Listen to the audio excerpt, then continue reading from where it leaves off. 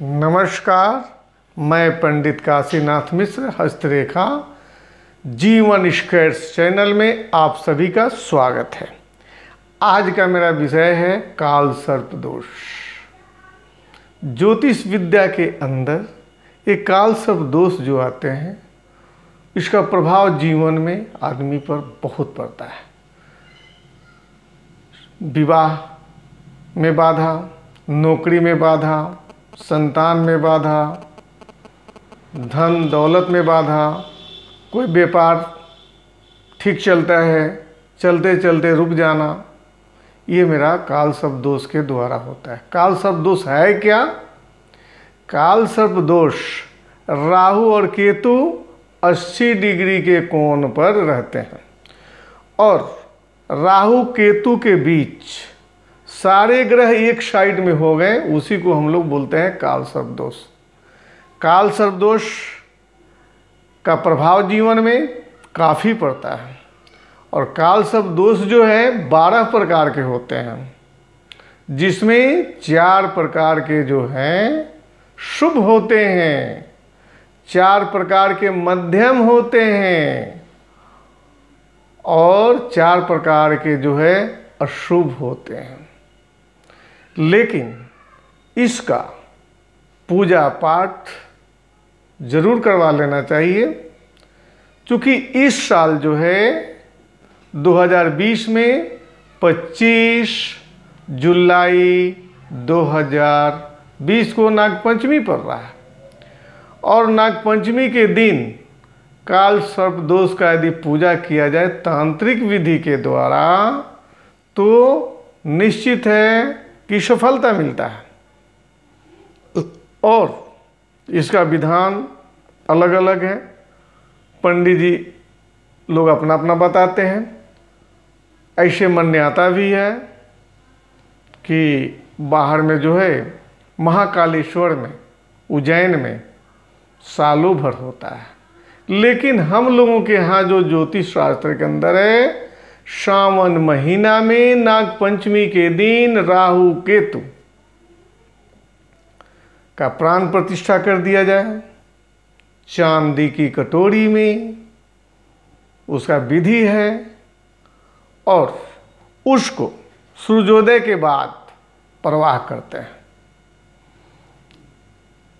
तो इस साल जो है काल सर्प दोष वह 25 जुलाई 2020 को पड़ा है और निश्चित है कि मेरे यहाँ जो है बहुत से लोगों के अड़चन में जो आए, विवाह से संबंधित, नौकरी संबंधित, संतान से संबंधित, तो निवारण निश्चित होता है।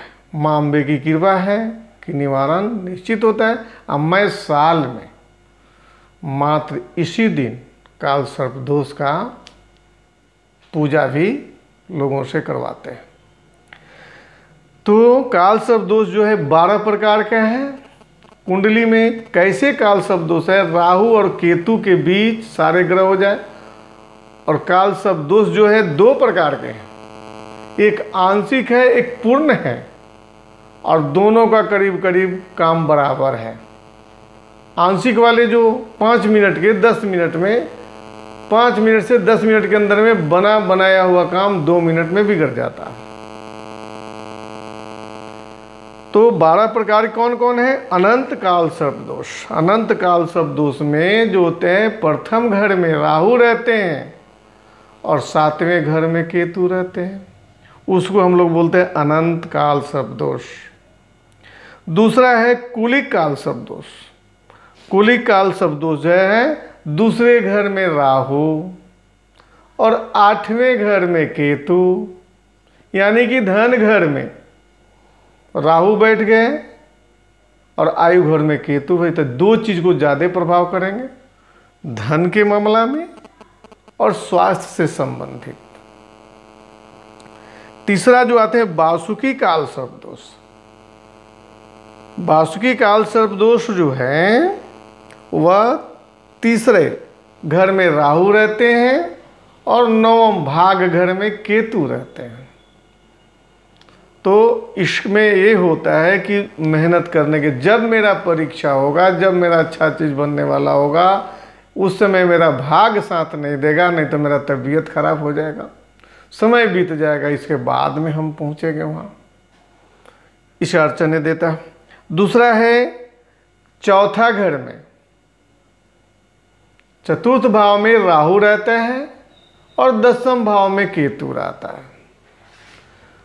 तो इसको बोलते हैं हम लोग शंख पाल काल सर्प दोष। तो घर में तनाव, घर में अपने आदमी से तनाव हो जाएगा, काम करने का इच्छा नहीं करता है।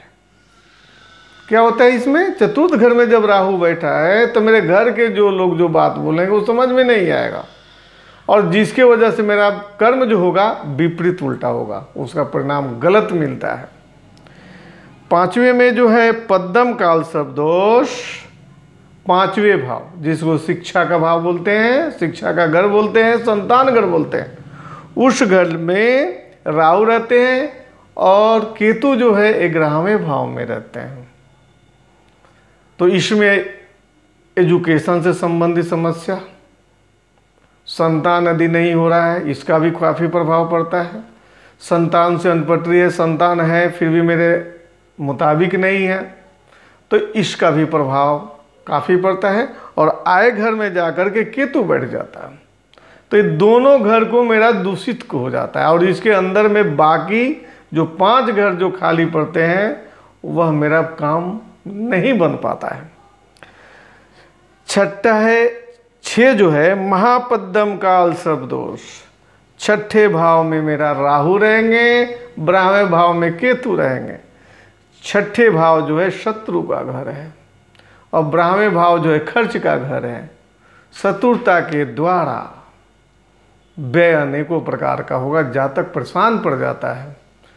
जिसको हमने मित्र बनाया वही हमको धोखा दिया, जिसको हमने अच्छा समय पर काम किया और जब मेरा काम पड़ा तो वहाँ से मुझे 0 फल मिला। यह मुझे काल सर्प दोष ही बाधित करता है। 7वां जो है तक्षक काल सर्प दोष।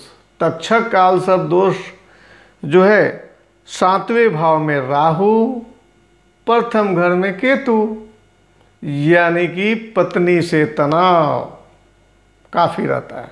सभी का बात हम मानेंगे, पत्नी के यदि हम कुछ बात करते हैं तो मेरा बात पत्नी नहीं समझ पा रही है, अब पत्नी का बात हम नहीं समझ रहे हैं, जिसके वजह से घर में काफ़ी तनाव कलह बने रहेगा। तो इसका भी निदान करना अति आवश्यक है। जब पति पत्नी में हमेशा बैर हो रहा है, एक दूसरे का मान प्रतिष्ठा नहीं दे रहे हैं, हम चाहते हैं कि हम पति पत्नी में झगड़ा ना हो, एक दूसरे का आदर करें, लेकिन ऐसा ना माहौल बन जाता है कि लगता है कि मेरा बुद्धि भ्रष्ट हो गया या मेरा पत्नी का बुद्धि भ्रष्ट हो गया, और छोटी छोटी बात में दोनों लड़ाई कर लेते हैं, इसका असर पड़ता है। और 8वें जो है जिसको बोलते हैं कारकोट काल सर्प दोष, अष्टम भाव में राहु, अष्टम भाव में राहु और धन घर में केतु। स्वास्थ्य भी मेरा खराब, मेरा धन भी नुकसान। जो कभी कभी तो ऐसा होगा ना कि जैसे लगेगा कि हमारे वैसा कोई नहीं है, हम काफ़ी धनवान हैं, और एक पर एक रिस्क लेते चले जाएंगे, काम करते चले जाएंगे, और अचानक एक बार जा कर के फिर हम धरातल पर आ जाते हैं। तब सोचते हैं कि कौन सा ऐसा मेरा कुंडली में दोष है जो कि मेरा 2, 4, 5, 10 दुकान चल रहा था, बहुत बढ़िया से चल रहा था, ठीक, लेकिन साल भर के अंदर में जो हो गया, ऐसा स्थिति बन गया कि मेरा सब चीज़ बेकार होने लगा। तो स्वास्थ्य भी खराब देता है और धन के मामला में भी नुकसान पहुंचाता है। अब है शंखनाद काल सर्प दोष, यानी कि भाग घर में राहु और तृतीय पराक्रम घर में केतु बैठ गया। इसको हम लोग बोलते हैं शंखनाद काल सर्प दोष, मेरे भाग्य को कमजोर कर देना। जैसे हम देखते हैं एग्जाम दिए, हमसे जो कमजोर लड़का था, जो हमसे पूछता था, उसको हमने बता देते हैं, लेकिन जब एग्जाम फाइनली हुआ, रिजल्ट हो रहा है, तो हम देखते हैं कि हम फेल कर गए आज जो हमसे कमजोर था उसका हो गया, वह भाग को कोसते हैं। इसलिए ऐसे जो व्यक्ति पीड़ित हैं उनको निश्चित काल सब दोष का कम से कम शांति पूजा करवा लेना चाहिए। और है पातक काल सब दोष। दसम घर में राहु, चतुर्थ घर में केतु। दूसरे का काम खूब करेंगे, दूसरे का जो भी काम होगा मन से करेंगे और अपने काम में निष्क्रिय रहेंगे। कोई व्यक्ति बोल देता है कि 2 बजे रात को चलना है, यहाँ चलना है, एकदम तैयार हो गए, अपने काम के लिए मेरा बिगड़ रहा है काम, मैं इच्छा ही नहीं कर रहा है कि हम जाएंगे। और चतुर्थ भाव में जो है केतु है, वह मेरा मानसिकता बिगाड़ता है। तो ये दोनों चीज़ जो है, तनाव जहाँ पर बैठता है आमने सामने 180 डिग्री का कोण पर राहु केतु रहते हैं। जैसे सूर्य ग्रहण चंद्र ग्रहण जो होता है ना, यही काल सर्प दोष की वजह से होता है। और इसके बाद है आपको विषाक्त काल सर्प दोष। विषाक्त काल सर्प दोष यानी कि 11वां भाव में राहु आ गया, 5वें भाव में केतु बैठ गया, तो 11वें भाव का राहु तो खूब धन देगा, लेकिन उधर संतान मेरा निष्क्रिय कर देगा। लाख भी मेरे पास पैसा कौड़ी सब है, लेकिन संतान के लिए तड़प रहे हैं। तो इसका शांति करवाने पर निश्चित है कि माँ अम्बे की कृपा, बाबा भोले की कृपा, ये निश्चित है कि सफलता मिलता है, इसमें कोई संदेह नहीं। और शेष नाग काल सर्प दोष है जो 12वें भाव में राहु है, 6ठे भाव में केतु बैठ गए। खर्चा खूब करेंगे, दूसरे के प्रति जितना खर्चा, यानी कि खर्चा करके दुश्मनी लेना, मेरे बुद्धि पर पानी फट जाता है। यदि हम ऐसे ऐसे जगह खर्चा कर देंगे कि मेरा भविष्य में अच्छा काम होगा, लेकिन ये निश्चित है कि ये आपका काम वहाँ से बिगड़ेगा जिस मध्य में आपने जो सोच करके खर्चा किए हैं, व्यय किए हैं, तो आपका निश्चित है कि वहाँ से तो भाई संबंध टूटेगा। क्या तो वहाँ आपका पैसा फंस जाएगा। यदि आप गार्जियन से किसी से पूछे, वहाँ आपने खर्चा कर दिया और सोच रहे कि ऐन मौका पर मुझे वहाँ से हेल्प मिलेगा, लेकिन आपको 4 आना का हेल्प नहीं मिलेगा। तो यह है काल सर्प दोष। और जो 4 प्रकार का जो शुभ बोले हैं, राजयोग भी होते हैं। तो सुनिए, इसमें और चीज़ है कि काल सर्प दोष जिस व्यक्ति में है, उस व्यक्ति को निश्चित शिव चालीसा प्रतिदिन पढ़ना चाहिए। यदि प्रतिदिन हम शिव चालीसा का पाठ करेंगे तो काल सर्प दोष मेरा कुछ कम प्रभाव करता है। लेकिन तांत्रिक विधि के अनुसार जो दे रहा है कि नाग पंचमी के दिन ब्रह्म मुहूर्त में नाग नागिन का पूजा करके उसको सुबह में सूर्योदय बाद गंगा में दान करवाते हैं, तो निश्चित है कि लाभ मिलता है। मेरे पास जो है बहुत सारे लोग आए, माँ अम्बे की कृपा से उन लोगों को सफलता मिला। लेकिन मेरा एक ही नियम है कि इस सावन महीना में ही हम करते हैं नागपंचमी के दिन, अन्यथा मैं साल भर कभी कुछ नहीं। इसका एक मुझे मिला रहस्य, मैंने उसका पालन किया, उस विधि के अनुसार हमने शुरू किया, देखिए कि बहुत सफलता मिला। तो दर्शकों, आज का मेरा जो है विषय काल सर्प दोष, निश्चित अपने कुंडली को दिखवा लेना चाहिए। यदि काल सर्प दोष है, यदि आपकी कृपा इच्छा है, जहाँ चाहे वहाँ भी करा सकते हैं। लेकिन मेरे पास जो है वह नाग पंचमी के दिन ही मैं करता हूँ, और ठीक उससे पहले जब आपकी इच्छा हो, यदि दोष लगा है तो 25 जुलाई को काल सर्प दोष है, उससे पहले 5 दिन पहले हमसे मिल लेना होगा। दर्शकों, यह जो मैं आज बताया बहुत बड़ा चीज़ है काल सर्प दोष।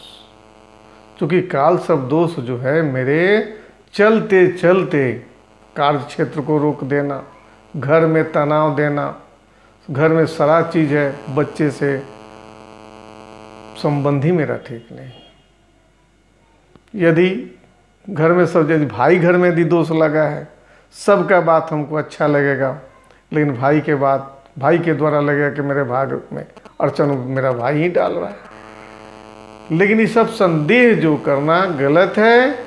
ये सबसे बड़ी बात है कि आपके कुंडली में यदि है तो इसका निश्चित उपाय करवा लेना चाहिए, करने से लाभ मिलता है। और महादेव बाबा भोले दानी का कृपा सब ठीक हो जाता है। लेकिन ऐसे हम लोगों को जो मिला है ज्योतिष में, वह बोलते हैं कि जिस व्यक्ति में काल सर्प दोष लगा है वह प्रतिदिन शिव चालीसा का पाठ करें तो इसका प्रभाव, दुष्परिणाम जो है कम होते हैं।